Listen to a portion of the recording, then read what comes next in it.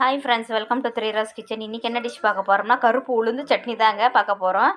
கருப்பு உளுந்து தேவையான அளவு, புளி எலுமிச்சை சைஸ் அளவு, காரத்திற்கு வரமிளகாய் 3, கருவேப்பிலை, சின்ன வெங்காயம். இப்போ கடாய் நல்லா காஞ்சிச்சிங்க. இப்போ நம்ம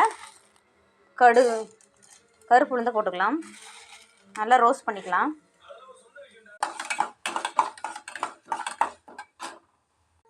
காரத்துக்கு 3 வரமிளகாய், கருவேப்பிலை, புளி, சின்ன வெங்காயம்,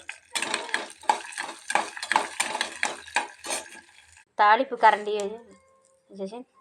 தாளிச்சிக்கலாம்.